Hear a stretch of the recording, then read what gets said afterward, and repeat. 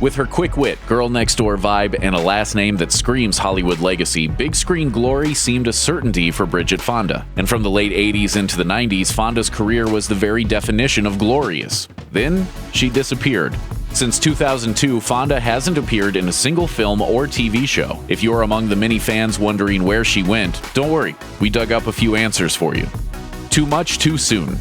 Fonda's family name all but demanded a big screen breakthrough, and Fonda definitely made the most of her time in the spotlight. Between 1987 and 1998, she consistently made 3 to 4 films a year, more than 30 in all. With that sort of workload, it's easy to imagine that Fonda simply burned out. And who could blame her? Fonda was basically working non-stop for 11 straight years. We can only imagine the effect it had on her.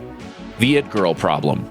With roles in the hit thriller Single White Female and the acclaimed Cameron Crowe dramedy Singles, plus cameos in films like 1992's Army of Darkness, it looked like there was no genre she couldn't handle. And she could draw solid box office numbers too. Single White Female alone made nearly $50 million upon release. With that sort of success, Fonda's It Girl status was unavoidable. While Fonda continued to work steadily in the years that followed, her momentum slowed during the late 90s, and as many other stars can attest, once your career cools off, it's hard to heat it up again. Monkeybone.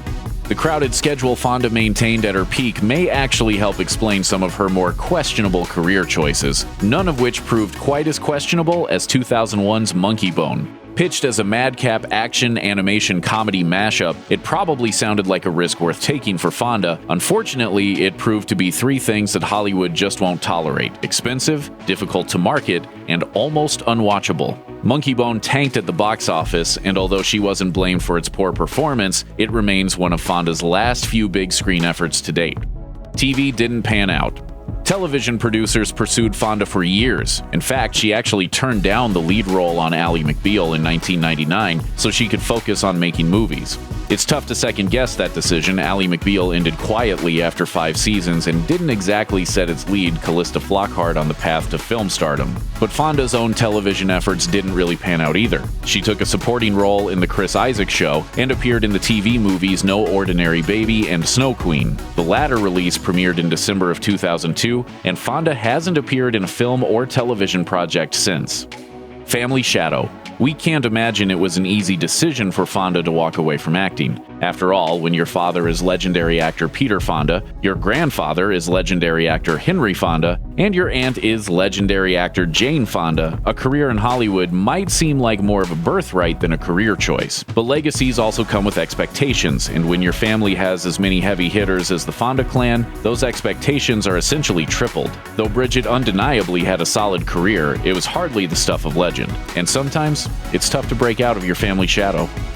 Married life. The vagaries of Hollywood aside, Fonda had another personal reason to stop looking for roles: her relationship with composer Danny Elfman. Shortly after a 2003 car crash left Fonda with a fractured vertebrae, the actress announced her engagement to the former Oingo Boingo frontman. After they married in 2003, she spent time helping him raise his children from a previous relationship, and the pair welcomed their own son, Oliver, in 2005. Fonda has maintained a low profile since.